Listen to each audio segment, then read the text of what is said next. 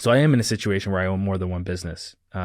This business has always been kind of my bread and butter, although there is a competing business not a competing business, one of my businesses that's kind of competing for my time. Where do you kind of delineate where I should be focusing my time on in terms of scalability? Because they both could scale.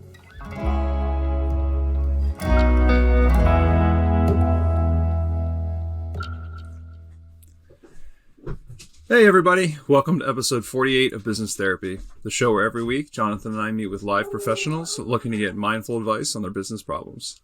Today on the show we have Kevin. Hi Kevin, welcome to the show. Hello. Why don't we start by you telling us a little bit more about yourself, your business, and the challenge you wanted to talk about today. Sure. So I have a couple different businesses, but kind of my day job, and the reason why I tell you I have a couple different businesses is it kind of plays into the overall problem. But my day job is we are a digital consulting firm / marketing firm that kind of helps mid-sized organizations, so between 100 employees and 500 employees, with their digital marketing strategies and marketing efforts. We're an organization that has about 6 employees. We do about $1 million a year in revenue. And really the problem right now is that we keep coming up against this threshold of kind of $1 million in revenue and not really being able to scale past that. Kind of why that problem exists is because, we're obviously limited on knowledge. And so some of the constraints that go along with that is that we live in a small city. We don't have tons of available talent. As everybody knows, kind of the talent pool is very tough right now. But even in our city, we only have 80,000 people. So it's really hard for us to kind of pull in new talent. Having said that, we've got amazing staff currently, and we do a pretty good job of servicing our current clients. But in order for us to continue to scale, we need some more of that kind of top tier talent, or I need to be able to replicate what's in my brain and give that to somebody else. Got it. And tell a little bit more context, if you could, about, you said you got a small team now. If you could give us a more of a flavor for how is the delegation set up today? Like what kind of expertise are you holding versus and also are they like full-time, part-time, contractor? I guess a little bit more about the relationship would help contextualize it. Yeah, and I think that's a great question. So they're all full-time right now. I kind of take on most of the client-facing relationships, which is one of our big issues right now, in that, if I'm taking all of these meetings, then I'm not out there selling, which is probably what I do best. And I really need to be kind of out there selling and continuing to grow the business. We've got some really great people on our team. Heidi, who's one of our kind of top employees, she really focuses on doing a lot of the back office stuff. However, she's not always like the most client-facing person in the world. I mean, she does it, but she doesn't love to do it. So, kind of putting her in that position is also a little bit difficult, just because, she's also really great at doing all of the back office stuff and getting the actual consulting work done so I can go present it to the client and actually do the client facing stuff. Mm-hmm. So you would say that you're really, out of the 6 folks, you're kind of the only client facing person. Would that be accurate? Yeah, I mean, we've got coordinators on staff as well, but they wouldn't be doing any of the actual consulting work. So they would do kind of the update meetings to say, here's where we're at today, maybe do some basic reporting meetings. But when it actually comes to the actual consulting portion, I'm the one that's doing most of that work. Mm-hmm. So then go ahead, Jonathan. So you're both selling and you're also doing the actual activity. Like what's the team? What's the rest of the team doing? So we have started to kind of go away from just our core consulting business and get more into the actual marketing side. That is a demand mainly from our clients. And so a lot of our clients came to us and said, what you're giving us is great. What you're telling us about kind of our current situation is fantastic. However, we don't have anybody to do this actual work. So we need you to come in and build, our Google search engine marketing programs. We need you to build the creative. We need you to do kind of all the actual production work as well. And so we've ended up hiring a couple creatives, and then also some copywriters and stuff like that to kind of help do some of the actual work. And that's kind of taken us away from the actual core business competency, which was the actual consulting and data analytics component. What's the majority of your work what's the majority of the composition of your work right now?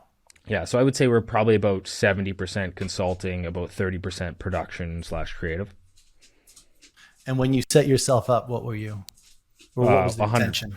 Yeah, it was like 100% consulting, right? So what we would typically do, and this kind of gives a little bit more context, is we would actually be the person that sits between the client, a brand, and their agency. So we would actually do all the data analytics, the measurement, come in and tell them like, okay, your website, your page is loading very slow. Here's what your actual cost per acquisition is per customer. Here's what the lifetime value of that customer is to your organization. Here's what you actually should be spending on marketing. Here's what you are spending on marketing. And here's what you can afford to spend on marketing.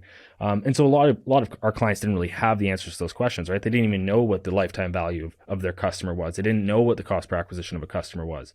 And so that was 100% of our business, was really building out kind of that model for them. And that, it seems simple on paper, but when you get into bigger organizations, it's not necessarily a very simple question, especially when it comes to the banking world, for example.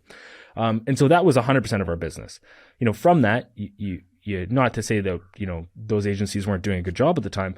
Some of them were doing a great job, but a product of that is them saying, okay, well, you're telling us all this great stuff. Why don't you just do this work for us? And then that way we don't have this middleman, and it takes a lot of work off their plate as well. And so that's kind of how we've transitioned a little bit more into an agency. And the way the business is now, there's a few things before we jump in. I know we always like to front load a lot of questions. The way this is now, it seems like there has been some transformation organically from where you started. So scaling, definitely hearing loud and clear that scaling is the challenge you're feeling right now. But before we jump into scaling, is it the current model that you want to scale? Or is it, what is it exactly that you're wanting to scale? Just generally you want the business to go how it's going in whatever direction it's going and be able to do more of what's coming your way? Or is it you want to curate a direction that kind of speaks more to what you want to be doing? If you could talk about that for a minute. So I think I've always preferenced the high value work, and the high value work is the consulting component.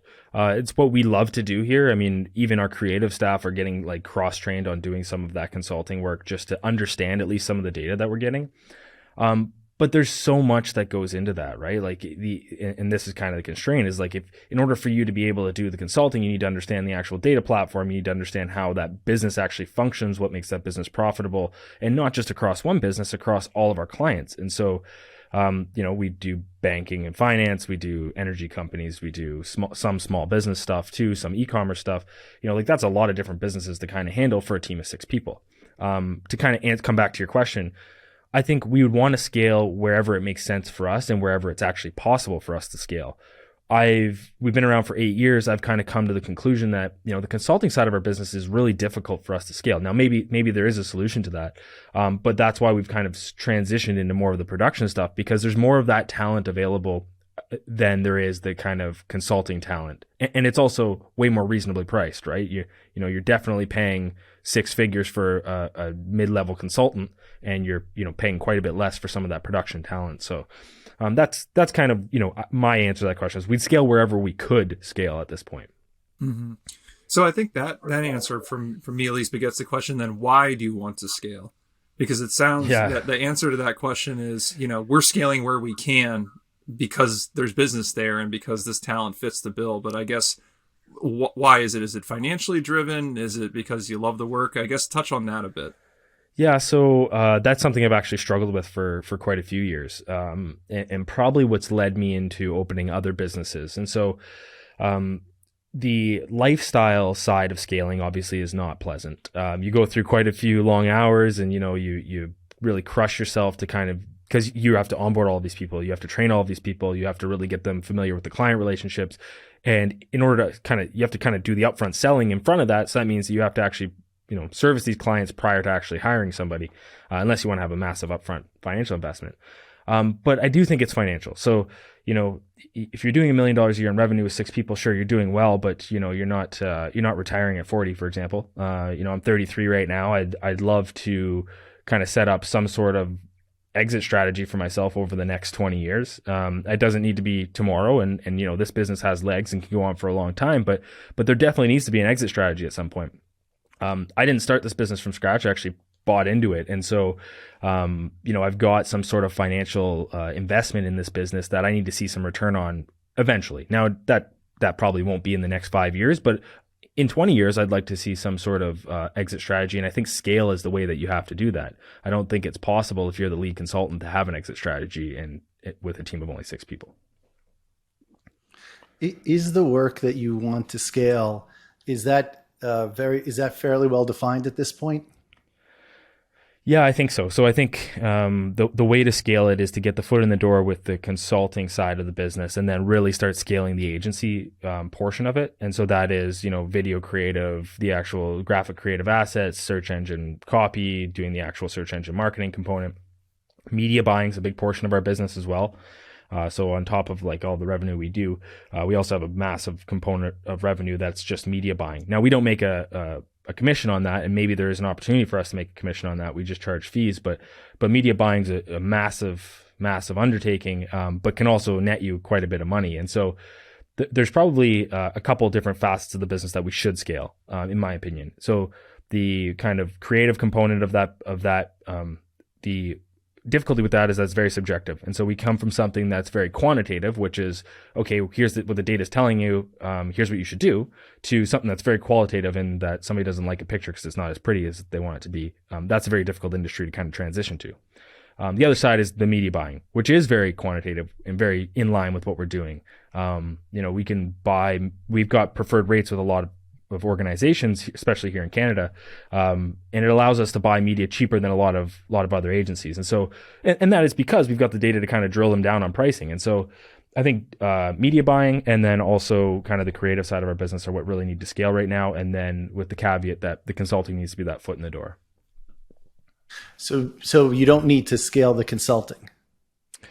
I mean, I think it needs to scale a certain component, but I mean, the problem I'm coming to you with is like, I'm that only talent, right? So how do I fix that, right?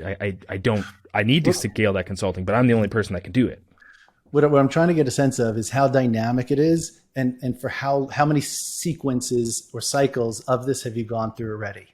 So like, it sounds like it's been shifting for a while. Yes. You start off with one intention, and then you saw other opportunities, and because of your breadth of expertise, you started pursuing them. But I'm trying to get a sense of, are you still in that seeking mode, or have you gone through this a few times already? Yeah, and I think that's a great question. We have gone through a few times. And so kind of the last time I came up against this, I decided that I was going to start a restaurant. And so, I just kind of threw in the towel and said, we're good at the size we're at. I'm just going to do something else kind of with any spare brain power I do have. And so, yeah, we've gone through probably 3 cycles of us kind of coming up against this limit, dropping back down a little bit, coming back up against this limit again. So because the dynamic is, and it's funny you say, your scope was really constrained and now you expanded it. You opened a restaurant. Yeah. A lot of times when we're talking about scaling, what gets conflated is scaling the person versus scaling the work. And so because you're so driven and because you see so much opportunity and because you have such a breadth of expertise and experience, sometimes you start thinking about, I want to scale this because if I could just do more, if there were 2 of me, how amazing this would be. But you still aren't 100. But I'm trying to get a sense of how sure you are of what it is that you're scaling. Right.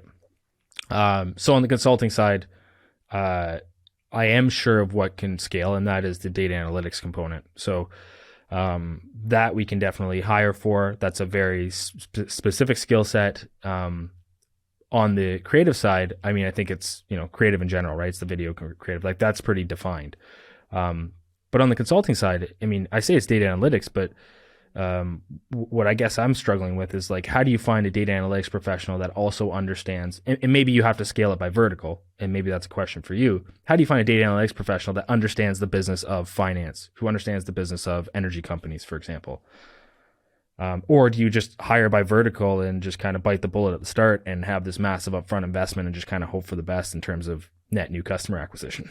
Because that's also, not necessarily a struggle right now. We could probably take on more, but it's also a massive onboarding process. Yeah. We'll answer that in a minute. So I'm getting very close to, I want to just like open the floodgate and start letting you have a lot of thoughts.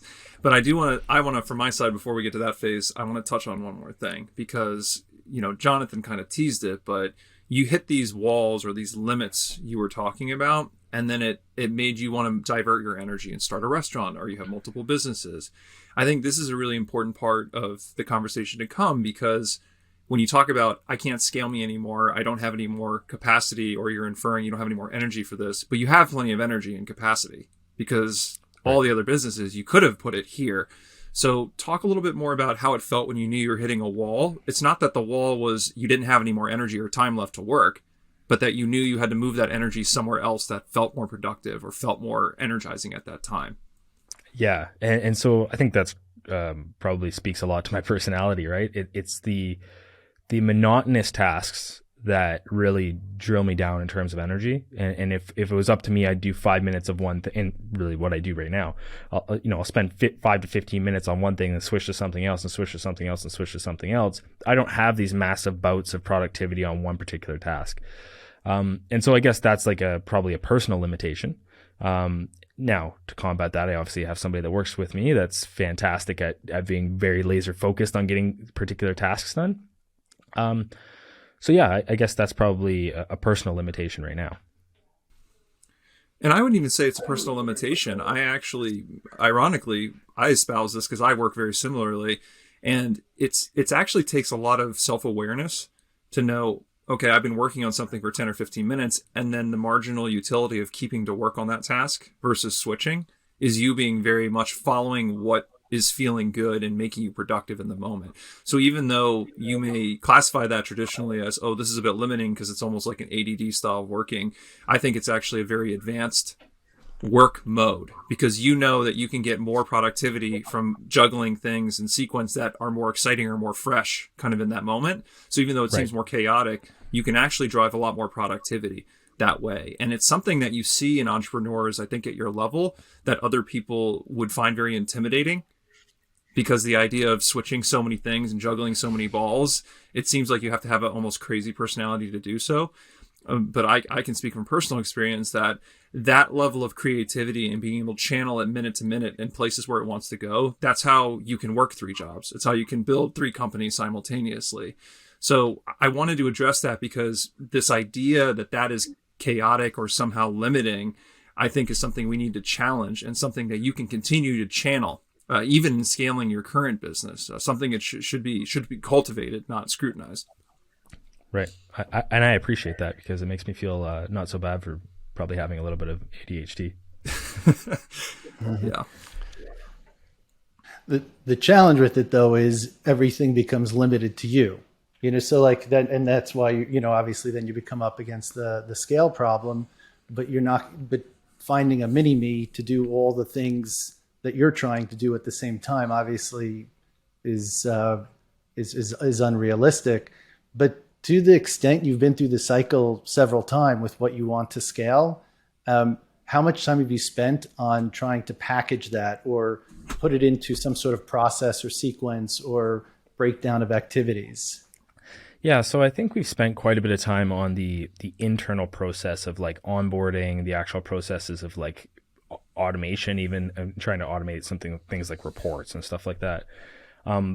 I think where we kind of come up against that wall again is that client relationship side of things, right? So the fact that I need to be in a meeting at least an hour a week with every one of my clients, and then therefore half my week's gone.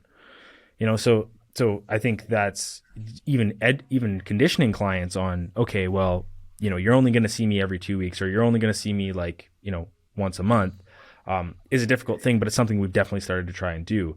That's not to say that I'm not hyper-focused on their accounts. We are, very much internally hyper-focused on those accounts. And really, it shouldn't be this long, massive meeting to have multiple hours that you need to kind of pick my brain. I should be able to deliver my whole message in 1 hour a month. So I get, but it still kind of constrains me in the fact that like, I still have that in my calendar, which then impacts, how much I can do other things. And it really structures my month when obviously I'm just talking about how I'm a guy that doesn't like structure, right? Structure is my kryptonite. So, that the business is forcing me to be structured, which is okay, but it's not how I work the best. So let's focus just on those meetings then, because that's something we can really that would be very clear, how to scale.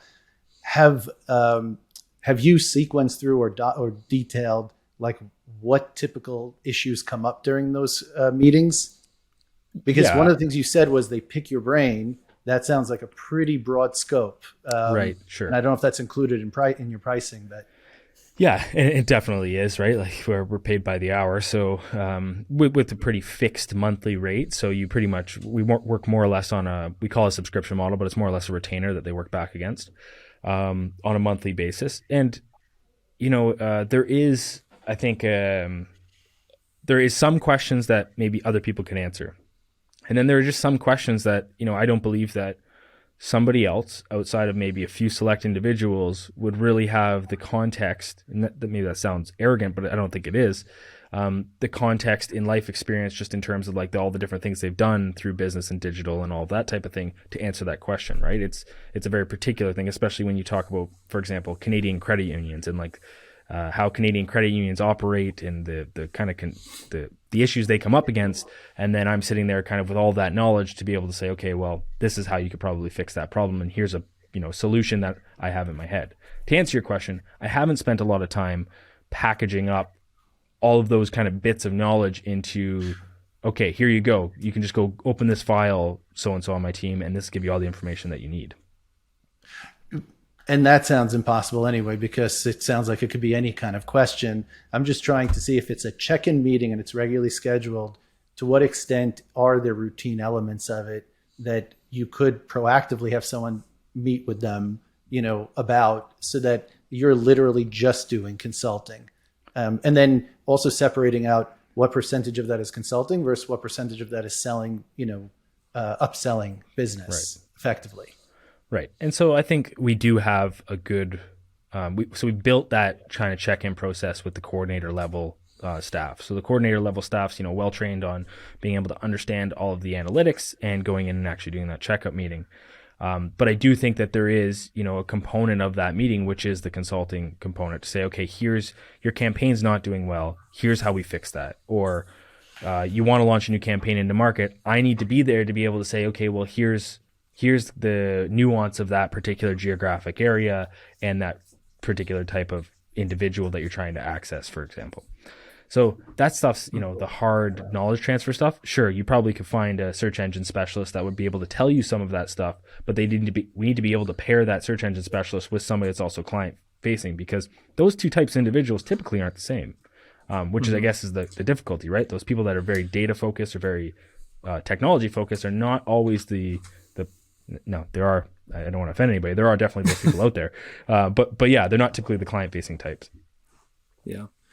Well, and I'd like to zoom out just for a minute, because Jonathan's questions beget this idea that there's always going to be a way through analysis, through effort, to delegate and automate. Because at the end of the day, that's the only way to scale. And that's the way that you can think about it. But I'd like to say, come out a bit and talk, because I think in your situation, we can say very simply what I just said, which is you can assume that automation can happen to anything you do. And we could spend the rest of the session saying, like, let's pick your brain about how you could better document decision criteria and get your requirements for what you do down to the fact where you only need to find somebody who has enough intellect and soft skills to develop your protocols. Now, that takes a tremendous amount of work. So let me set up kind of a continuum for the point I'm trying to make, which is on one side of the continuum, you yourself are super passionate about the type of consulting and the type of client outcomes you're doing. So you will not compromise on scaling that vision, in which case you're going to have to do the tedious work at some point that Jonathan is starting to introduce, right? Which is you're going to have to document, you're going to have to really break it down and automate systems through people or technology. But on the other side of that continuum is sort of somebody, and you kind of started to articulate this, who might say, is not that actually tied to a product or service or the vision of the client interaction, but more so is looking to create jobs for people. You have a financial objective, what have you. And on that side, you're not going to be able to document or really break it down because you're not married to a particular process. You're actually just married to the idea of scaling as part of your overall business strategy.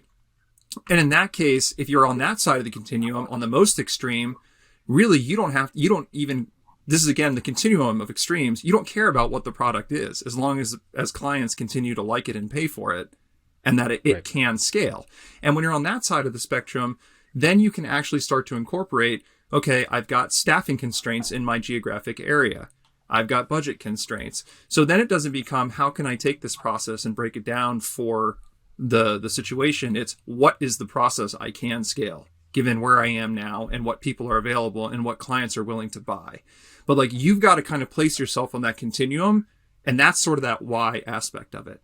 And if you can pick there as a start, then the dimensions will start to intersect of how much integrity do I want to have in the product or service I'm offering versus how do I work with the people I have at hand and the budget I have and the client base that I have.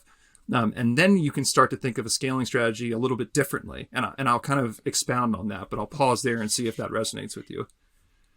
Yeah, I think that's a great point. And to kind of answer, there's a little bit of a question in there. I think I'm beyond the side of the continuum where I'm like, okay, I just want to scale now. Like, I've been through the process of like, here, I want to control everything, and now I'm just like, okay, let's just screw it. Let's just scale.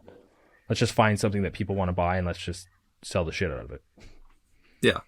And when you're on that side, then like, I'll come back to Jonathan's point of it's not even, I think, as relevant. And Jonathan, I'll give you a chance to rebut me, but it's not even as relevant on a particular meeting or a particular thing that you're doing right now. And how would you bring it down? It's now going to become, my advisement, at least, is we're going to turn to your people that you have. We're going to turn to the base that you have, and scaling can happen organically, but the other side of actually scaling is scaling sustainably. And that's a dimension we haven't put a word to yet, but that's the issue I think you're struggling with, because you could take a burst of your very powerful energy at any given time and start building infrastructure, but then it crumbles the minute you look away. So the issue is scaling sustainably. And for the conditions that you're articulating, sustainable scaling is going to have to be bolstering your people. And the process that you need to work on is helping them understand how to scale. The actual delegation and automation you need is delegating the process of scaling the company away from yourself, because the fact that you would need to be involved is going to damage the sustainability of anything you try to put together. And I can talk about more of that in a second. Jonathan, you wanted to sneak in there? And I don't want to rebut that. That's actually, I was trying to get to that same point from the other end, because to answer, there is no one that's going to scale you in terms of seeing the unique opportunities and relationships and possibilities within a given conversation.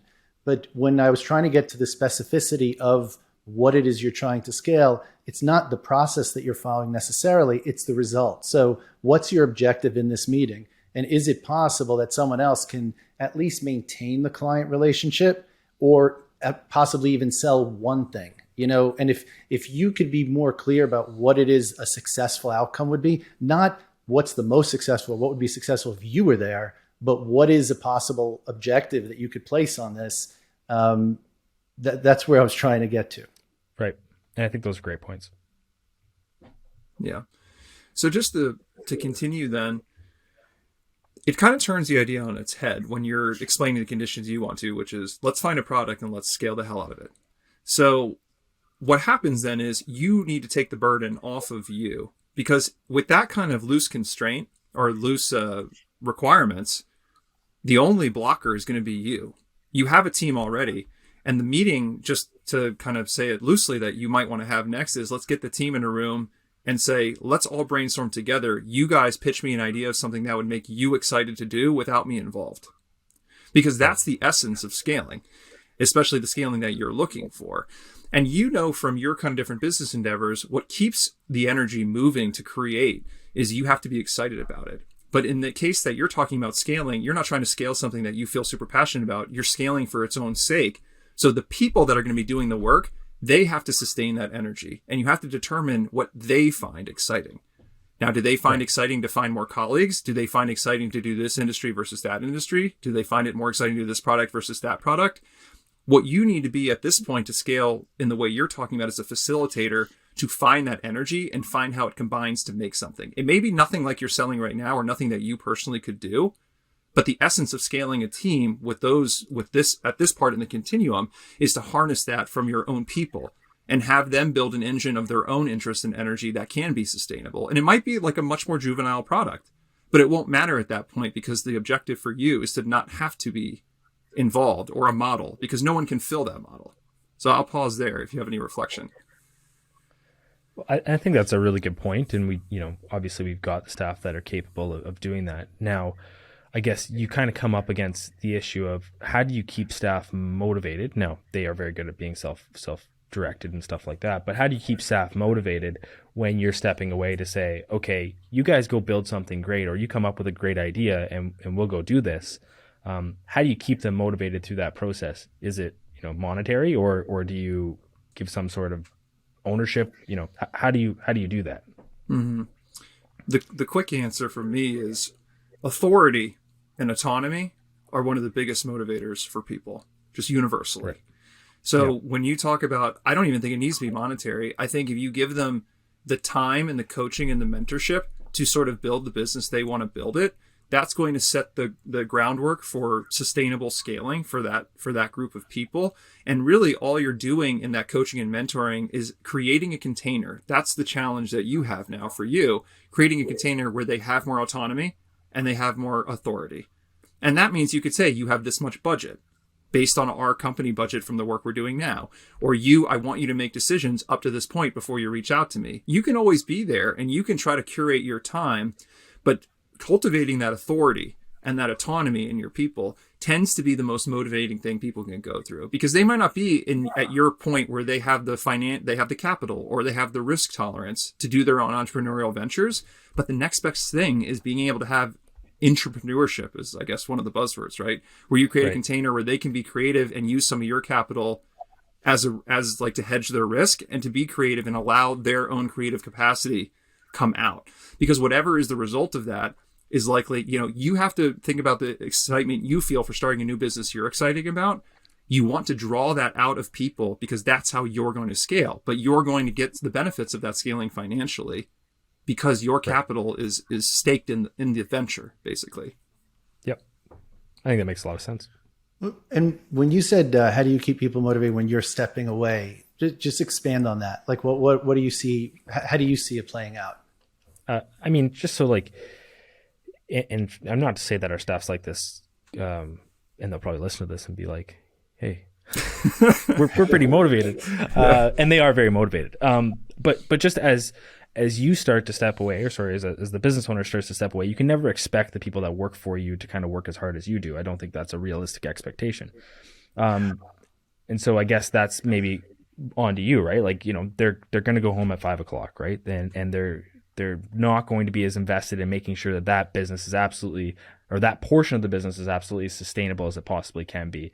And they're not going to, value the company's reputation as much as you do as the owner. So how do you kind of put all of that into an individual and keep them motivated?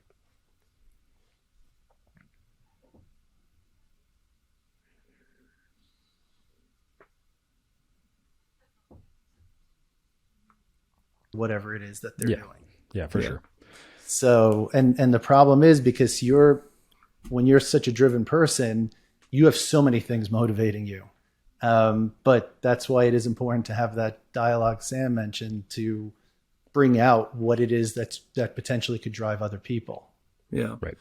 And again, I think I hear your story and I can relate to it in some ways myself. We have multiple things going on, and I think the biggest thing that became clear to me is you can never expect somebody to work like you work, as you've been challenged by. And like, you can never expect somebody to work, like have the energy to work multiple jobs and this and that, because we're outliers in that regard. But it doesn't mean you can't channel that sort of container for them to build something that really works for them. And whatever that thing is, especially when you have the flexibility you've articulated of, you don't have a clear vision of what it needs to be.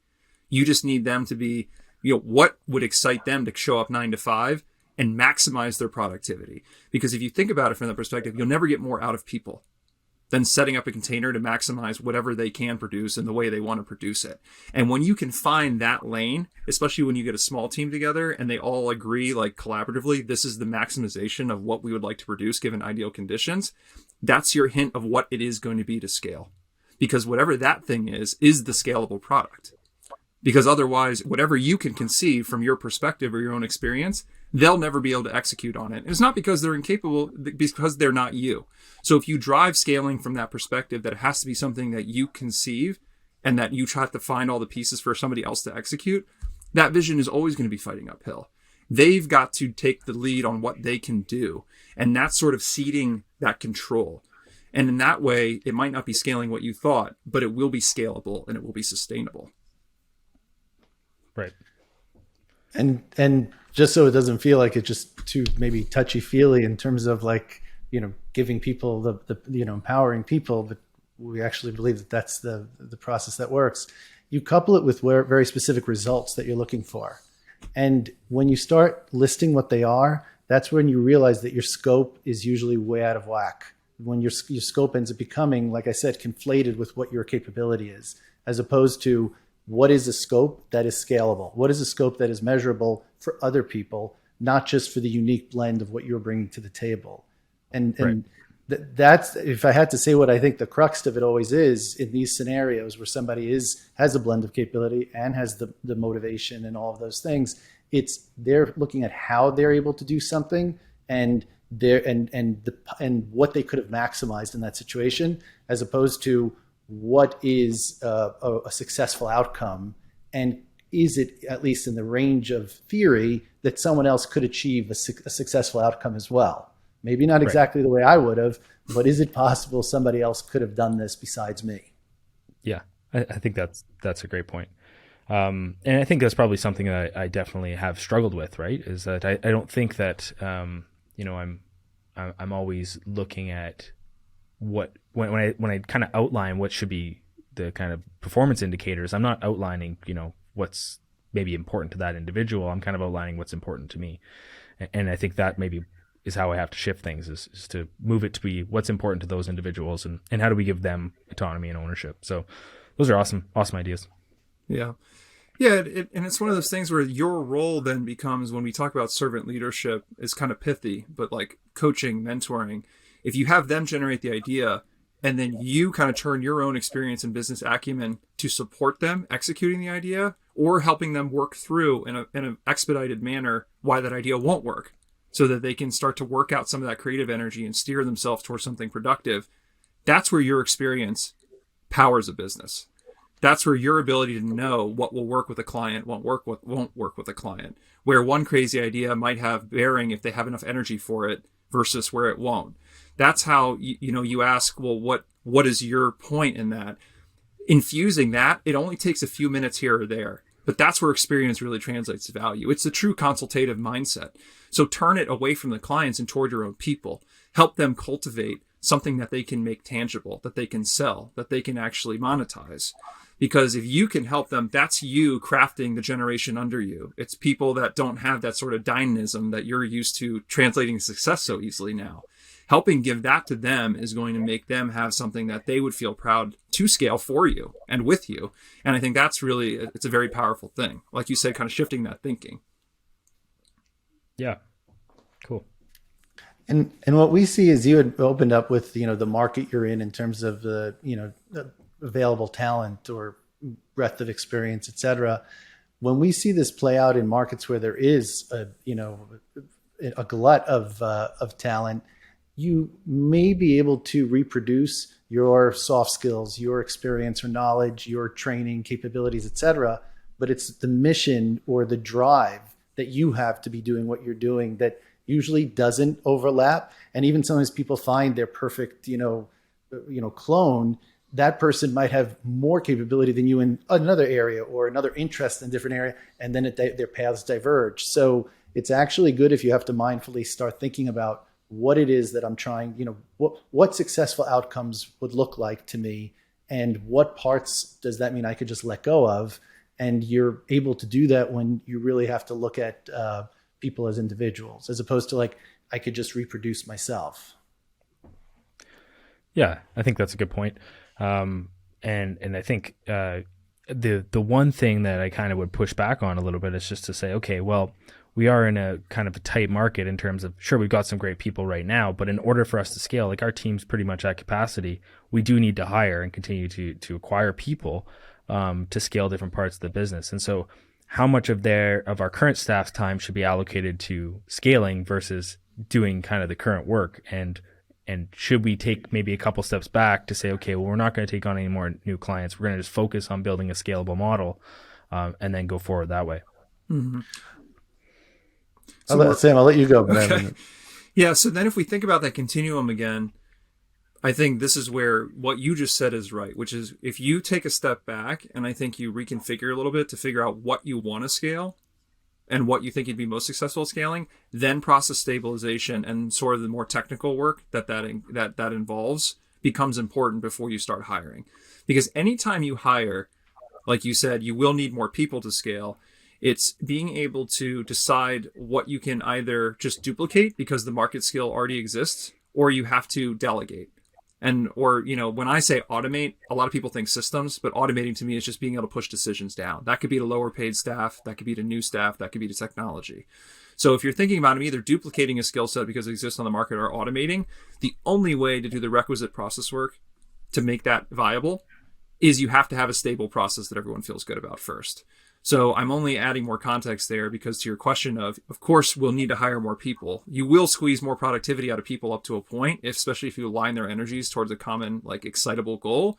But at that point, you have to wait till it stabilizes. One of the biggest things, we're starting to wrestle with in the beginning of the episode, is if you don't know what you're scaling, you're not going to be able to scale it successfully. You're just going to add more chaos to the environment, and you're going to start accumulating costs in your operating model, because then people are going to step in and their utilization is going to be low because they're just going to be shadowing and they're just going to be learning by doing and confusion. And that, especially when you get to that $1 million mark, or you're getting a 6-person team contemplating to a 10-person team, they've got to step in with 60 to 80% of a roll card already kind of visualized, which is this is what you will be starting to do. And when you get, you prove proficiency at it, then you'll have more of a say in what you might want to do, especially in a small team. But you've got to think, they've got to walk in with that roll card clearly defined. And to define a roll card is not that complicated if the process is stable. If the process is not stable and it hasn't gone through a few cycles of success, then it's always just going to be trained by shadowing. And then you start to create that sort of mess that I can tell that you want to avoid. Yeah. Yeah, for sure. Yeah. You can't scope possibility. So it's, at the end of the day, you have to be willing to take a guess as to where the best growth area and the maximum, what you should be maximizing, and potentially what you should be saying no to or letting go of, and just focusing on one area. Because the alternative is, as Sam said, you flood yourself with people and hope it all shakes out somehow, with the work that comes in. But if you want to do it intentionally, you have to take a step back and say, okay, what specifically am I scaling? Yep. Okay. Yeah. And like you said, too, one more point, it kind of wraps what you're saying earlier. If you first take that step back and set a scalable process that's based more on the people you have and not on yourself, then it actually becomes easier to hire. Like you were saying, that challenge should be mitigated because you're not trying to hire aspects of yourself. You're actually trying to hire aspects of the current staff model. And that should be easier for you to duplicate, or for them to identify what they feel comfortable delegating, or defining what they could actually find people to support them. Just like you found these folks to support you, you want to cultivate that cycle so that they could then find people to support them, because then you're scaling the effort of 5 people and not scaling the effort of 1 person. And that actually becomes less daunting and less challenging, because then you're not building that pyramid by accident in terms of the skill requirements. You're building something more flat. And that typically tends to be more sustainable from a process design perspective.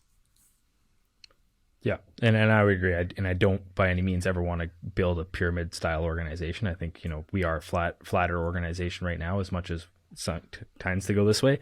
But I do want it to keep it as flat as possible when it comes to kind of decision making and stuff like that. Mm-hmm. Well, this has been, I know it's always you talking and then us just splattering you for the last 20 minutes. So let me take a pause. And how are you feeling, Kevin? Do you have any, how are you feeling generally? And then we have some time for you to kind of throw some more questions back at us and also push back or whatever feels you're called to say.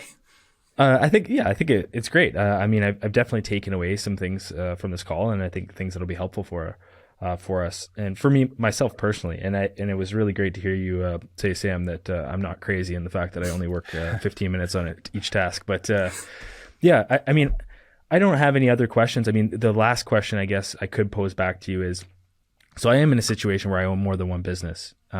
This business has always been kind of my bread and butter, although there is a competing business not a competing business, one of my businesses that's kind of competing for my time.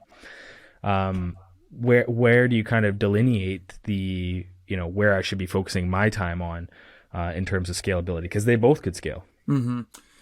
So I'll answer, and then maybe Jonathan can give, this is because I'll give more of a personal perspective. Just like I commended you for your ability to drive productivity through switching. And to do that, you're already getting someone who can tap that understanding of what do I want to do in a given moment, and being present, that will drive the most productivity. And in that sense, I would advise the same thing on a slightly higher level. Like for multiple businesses that you own, whichever one makes you more excited is the one that you should be leaning toward. And in general, that means as you drive more excitement, you may have enough energy to move back to the other business, or the other business may wane and actually wither. But either way, you have to trust that your own instinct and intuition is driving you towards a productive end. And a lot of times that too is like, if you go in with the presumption of how do I keep everything that I've created alive forever, that's going to be very taxing and eventually become draining for you. If you allow your intuition to guide you towards what you want to do in that moment, one of two things is going to happen. You're either going to continue this chaotic switching back and forth and everything will survive, or you'll find so much more excitement and fulfillment dedicating more energy to one, and the other one will die naturally on the vine, so to speak. And I think that's a very natural process, and I would encourage you to cultivate that. Cool. Yeah, I would say there's a third possibility is you find a similarity in the activities that you like doing between both of them, and you see how you could narrow your scope. And then you end up actually being, you think about actually what I really want to do is just keep on starting new businesses because that's the activity I enjoy the most. But I would definitely look at when I spend my time, what's giving me energy and what's dragging me down, and look at the qualitative nature of that activity and try solve that problem of how you could spend as much time doing that, not which business is more profitable or moment in time. If you want to look at it from a sustainability perspective. Yep. Awesome. I think those are great answers. Thanks, guys. Well, Kevin, thank you so much for coming on the show. This was a fantastic conversation. And it sounds like we chipped away at some of the very complicated problems that you're dealing with, which is always our goal here on the show. So what I would say is thanks again for the authentic conversation. If you or anyone you know would benefit from coming on the show, listeners, please comment. Please reach out to us. We love to hear from you. And other than that, Kevin, again, thank you so much. Thank you, guys. Appreciate it.